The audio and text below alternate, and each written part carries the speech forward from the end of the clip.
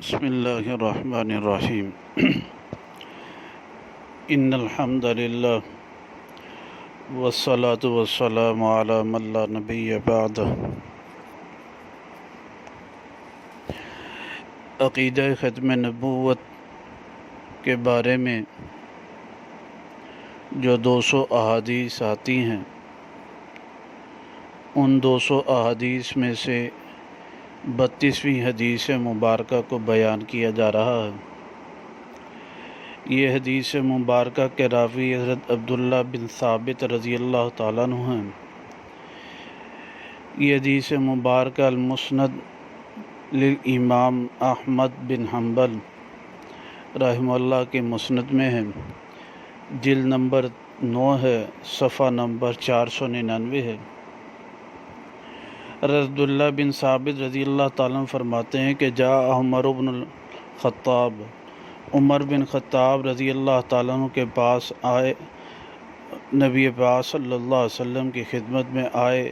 فقال، آپ نے فرمایا، یا رسول اللہ میں انی مررت، میں گزرا تھا اپنے ایک بھائی جو بنو قریظہ میں سے تھا، اس کے پاس سے، اس نے میرے لیے تورات کی تختیوں کو جمع کیا۔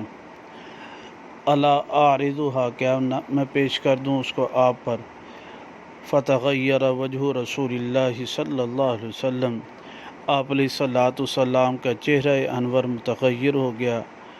آپ نے حضرت عبداللہ بن سلام رضی اللہ تعالیٰ عنہ کہنے لگے، میں نے کہا عمر رضی اللہ تعالیٰ عنہ کو، الا تری، کیا نہیں تو دیتا ما بوجہ رسول اللہ صلی اللہ علیہ وسلم، جو رسول اللہ صلی اللہ علیہ وسلم کے چہرے میں؟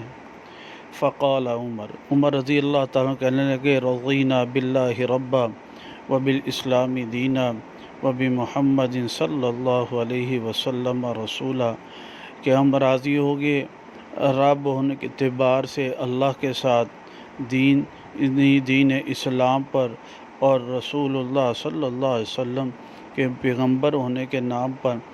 فقال، پھر آپ نے فسری علی النبی صلی اللہ علیہ وسلم، ثم قال، پھر اس کے بعد آپ نے فرمایا، والذی نفسی بیدی، قسم اس ذات کی جس کے قبضہ میں میرے جان ہے، لو اصبح فیکم موسیٰ، اگر تم میں موسیٰ ہوتے تو ثم اتبعتموہ، پھر تم ان کی اتباع کرتے، وترکتمونی، اور تم مجھے چھوڑ دیتے، لضللتم، البتہ تم گمراہ ہو جاتے جی، اگر تم ایسے کرتے جہاں۔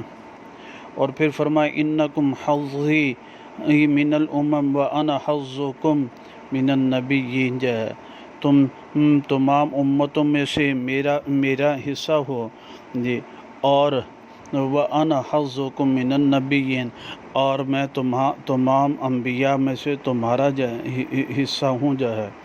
یعنی یہ روایت مبارکہ سے معلوم ہوا جتنے بھی انبیاء آئے، اب ان کے بعد جو میں ہی تمہارا حصہ ہوں، اور کسی کی اتباع تمہارے ذمے نہیں، بس میری اتباع ضروری ہے، کیونکہ میرے بعد کوئی نبی نہیں جو ہے۔ اللہ سبحانہ و تعالیٰ صحیح سمجھ عمل کی توفیق دے۔